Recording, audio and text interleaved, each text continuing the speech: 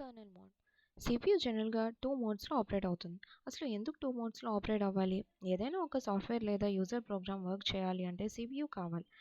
User programme ఏం చేయాలి అనుకుంటుందో దాన్ని బట్టి CPU ఎలా ఆపరేట్ అవ్వాలి డిసైడ్ అవుతుంది. ఒకవేళ user program just arithmetic operations, moving data, copy data అలాంటివి చేస్తే CPU works in user mode.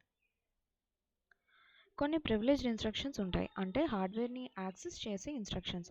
అలాంటివి వర్క్ అవ్వాలి అంటే CPU కర్నల్ మోడ్లో ఆపరేట్ చేయాలి. CPUకి హార్డ్వేర్ సపోర్ట్ కావాల్సినప్పుడు కంట్రోల్ అంతా OSకి వెళ్ళిపోతుంది. OS ద్వారా మాత్రమే యూజర్ ప్రోగ్రామ్ హార్డ్వేర్ని యాక్సెస్ చేయగలదు.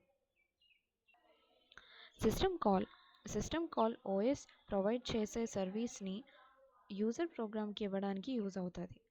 ఇది OS అండ్ హార్డ్వేర్కి మధ్యలో ఒక ఇంటర్ఫేస్లా ఉంటుంది. ఒక్కొక్క OSకి దానికి related set of system calls ఉంటాయి.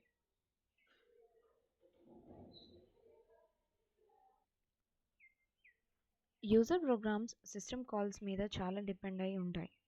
అంటే ఇంకొక OS అదే ప్రోగ్రామ్ని సేమ్ సిస్టమ్ కాల్స్ యూజ్ చేసి సిస్టమ్ కాల్స్ యొక్క ఆర్డర్, సిస్టమ్ కాల్స్ యొక్క మీనింగ్ మార్చకుండా ఎగ్జిక్యూట్ చేస్తేనే ప్రోగ్రామ్ వర్క్ అవుతుంది, లేకపోతే వర్క్ అవ్వదు. కంపైలర్ సోర్స్ కోడ్ని ఎగ్జిక్యూటబుల్ ఫైల్లోకి కన్వర్ట్ చేసేదే కంపైలర్. ఎగ్జిక్యూటబుల్ ఫైల్ అంటే సెట్ ఆఫ్ ఇన్స్ట్రక్షన్స్. అది 0s and 1 ఫార్మాట్లో ఉంటుంది.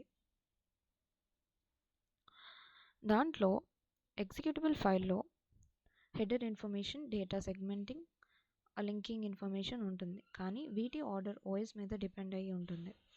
వాటి ఆర్డర్ కోసం స్పెసిఫిక్ రూల్స్ ఉంటాయి.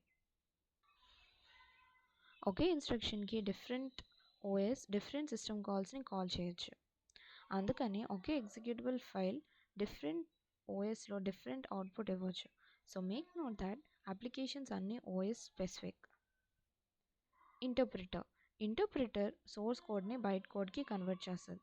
బైట్ కోడ్ అంటే ఇంటర్మీడియట్ కోడ్. మెషిన్ కోడ్లోనే ఇన్స్ట్రక్షన్స్ ఉంటాయి. ఇంటర్ప్రిటర్ మెషిన్ కోడ్ ఇవ్వదు, కానీ మెషిన్ కోడ్ వస్తేనే OS ఆ ఇన్స్ట్రక్షన్స్ని ఎగ్జిక్యూట్ చేసి అవుట్పుట్ ఇవ్వగలది. సో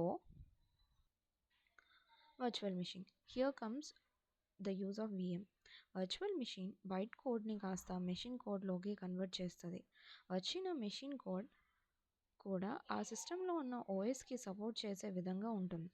అప్పుడు OS ఆ ఇన్స్ట్రక్షన్స్ని ఎగ్జిక్యూట్ చేసి అవుట్పుట్ జనరేట్ చేస్తుంది. సో మన సిస్టంలో JVM లేదా PVM లాంటివి వర్చువల్ మిషన్స్ ఉంటే OS మీద డిపెండ్ అవ్వకుండానే ప్రోగ్రామ్స్ రన్ అవుతాయి. అందుకనే ORA, right once run anywhere అనే ప్రిన్సిపల్ వచ్చింది. అంటే ఏ ప్రోగ్రామ్ అయినా సిస్టంలో VM ఉంటే రన్ అవుతుంది. So that's all. Thank you.